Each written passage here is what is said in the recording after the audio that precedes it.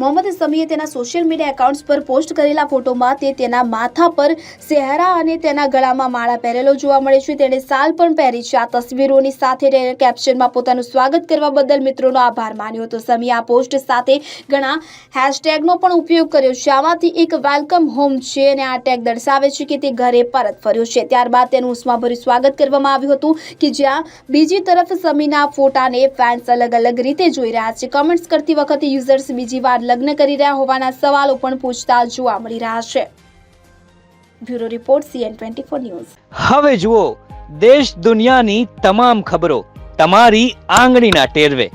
ઉઠાવો મોબાઈલ અને Google Play Store પરથી ડાઉનલોડ કરો અમારી CN24 ન્યૂઝ